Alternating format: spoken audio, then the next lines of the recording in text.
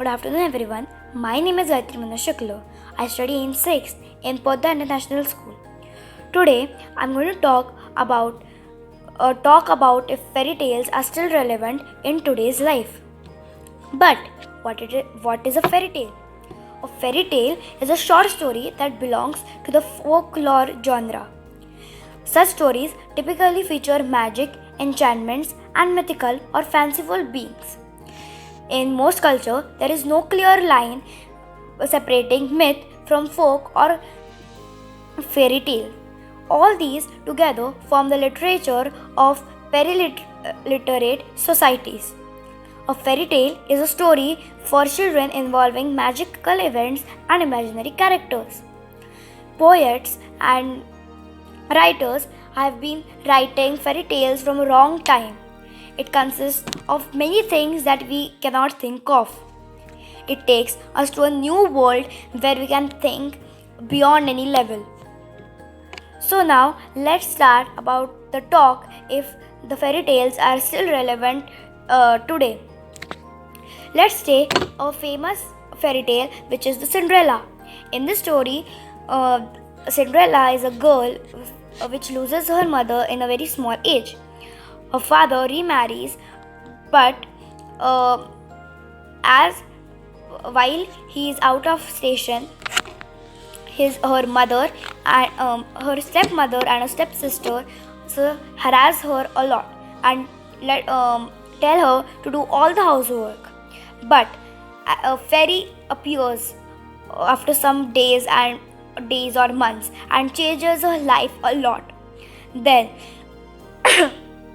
everyone repent on what they have done and feel sorrow for everything. We can relate it to our in today's world, as some people in around us still harass us a lot. But as of how a fairy appeared suddenly, in that type of a kind and good person appears in our life, which changes our life a lot. The second example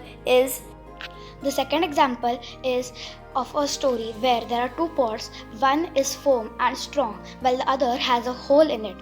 The farmer every day fills both the pots and goes to his farm. But once the other pot, which was strong and firm, tells the other pot about his disability, that he has a hole in it. He feels very bad and asks the farmer why he carries him every day, although he has a hole in it. The farmer says that from which side I carry you, can't you see that flowers are blooming over there, as the water from you spill over there, and now new flowers are growing. From this story we can relate that in this world some are good in something and some are good in something that we are not. So we should never tease anyone about their disability or what they can't do. But there are some stories like the Red Riding Hood, where there is no sense, as the wolf gobbles the grandma and the woodcutter then cuts the wolf's stomach and rescues her. But how can she remain alive as she has been gobbled? Thus, we can conclude that there are some stories that are relevant in today's world and some are not.